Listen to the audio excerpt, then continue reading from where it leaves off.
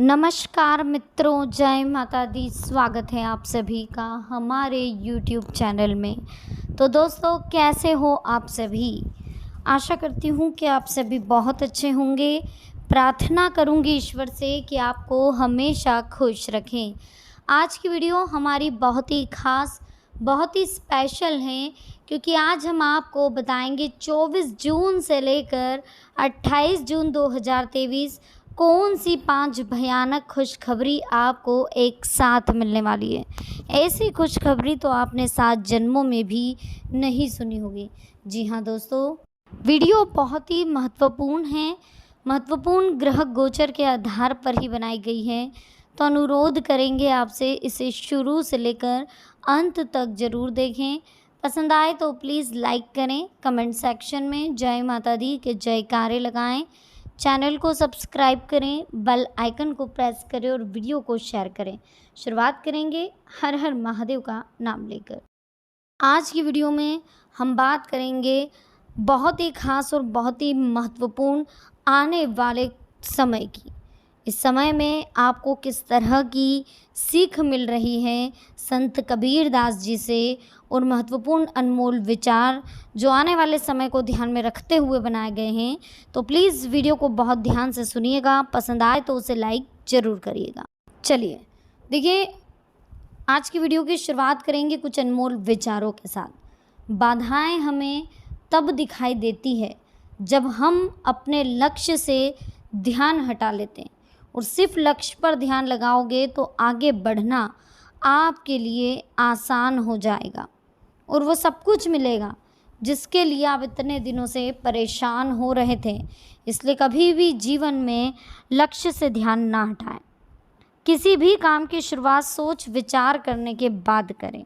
ये बात सही है, लेकिन जब हम बहुत ज़्यादा सोचते हैं और आगे नहीं बढ़ते हैं तो काम अटक जाता है और चिंताएं बढ़ जाती हैं और हम असफल हो जाते हैं। इसलिए सोच विचार ज़रूर करें, लेकिन जब काम करने का समय आ जाए तो सिर्फ काम पर ही ध्यान दें, तभी आपको सफलता मिल सकती है।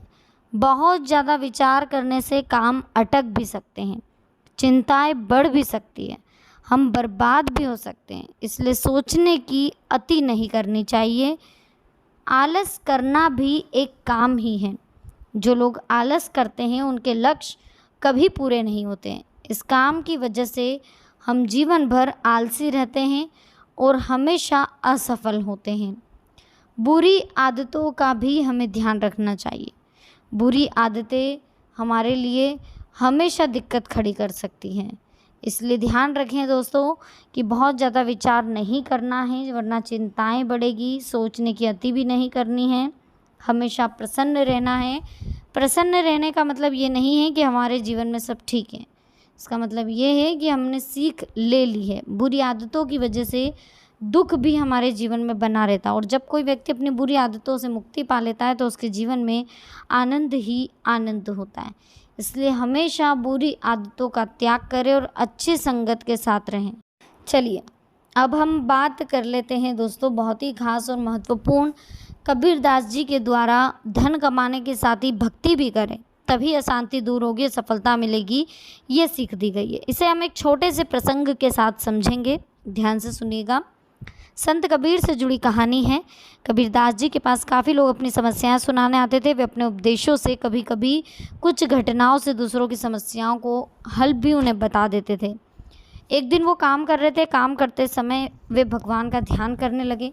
पूरे दिन कबीर दास जी ऐसा ही करते थे। कई दिनों से एक व्यक्ति उन्हें देख रहा था। उसने कबीर दास जी से पूछा कि आप भक्त हैं, लेकिन मैं कई दिनों से देख रहा हूँ कि आप हमेशा अपना काम करते हैं, फिर आप भक्ति कब करते हैं? आपको अलग से भक्ति करते हुए मैंने नहीं देखा। कबीर दास जी ने उस व्यक्ति की बात सुनी और कहा कि इस प्रश्न का उत्तर मैं तुम्हें दूंगा, लेकिन अभी तुम मेरे साथ चलो, हम थोड़ा घूम आते हैं। कबीर दास जी की बात मानकर वो व्यक्ति उनके साथ चल दिया। रास्ते में एक महिला दिखाई दी। महिला पानी भरकर लौट रही थी। उसके सिर पर पानी से भरा मटका था। मौज मस्ती में गीत गाते हुए जा रही थी। महिला ने मटके को पकड़ा भी नहीं था। उसके सिर पर मटका स्थिर था, उसका पानी भी नहीं झलक रहा था। कबीर दास जी ने उस व्यक्ति से कहा कि महिला पानी लेकर जा रही, सिर पर मटका भी रखा है, लेकिन उसने मटके को पकड़ा भी नहीं है, गीत गाते हुए जा रही है। यानी कि उसका ध्यान मटके पर है, गाने पर भी और रास्ते पर भी। कबीरदास जी ने उस व्यक्ति को समझाया कि इस महिला की तरह मैं भी काम करते करते भगवान का ध्यान करता हूँ, भक्ति कर लेता हूँ, दुनियादारी के काम करते हुए मेरा मन भगवान की भक्ति में लगा रहता है। मैं ये भी काम कर लेता हूँ और भक्ति भी। ठीक इसी तरह जीवन में संतुलन जरूरी है। हमें धन भी कमाना चाहिए और भक्ति भी करना चाहिए। जब हमारे जीवन में संतुलन है तो मन शांत रहेगा, सफलता रहेगी। कर्म करते समय भक्ति करेंगे तो पॉजिटिविटी बनेगी और काम करने का साहस भी बना रहेगा। यानी कि कुल मिलाकर बहुत अच्छा मौका हमारे जीवन में हमें मिल रहा है। चलिए अब हम बात कर लेते हैं दोस्तों कि आने वाला समय आपके लिए कैसा रहेगा, किन चीज़ों का आपको विशेष ध्यान रखना है, कौन सी बातें आपको समझनी है और आखिर क्या होने वाला है आने वाले समय में। महत्वपूर्ण फैसले होंगे जो सकारात्मक रहेंगे। अपने काम को नया रूप देने के लिए आप ज़्यादा रचनात्मक तरीके अपनाएंगे, सफलताएं आपको मिलेगी। खर्चों के साथ साथ आय में वृद्धि होगी। आलस्य को हावी ना होने दें और जहां तक हो अपने आप पर कंट्रोल करें। वीडियो अच्छी लगी हो प्लीज़ लाइक करें, चैनल को सब्सक्राइब करें।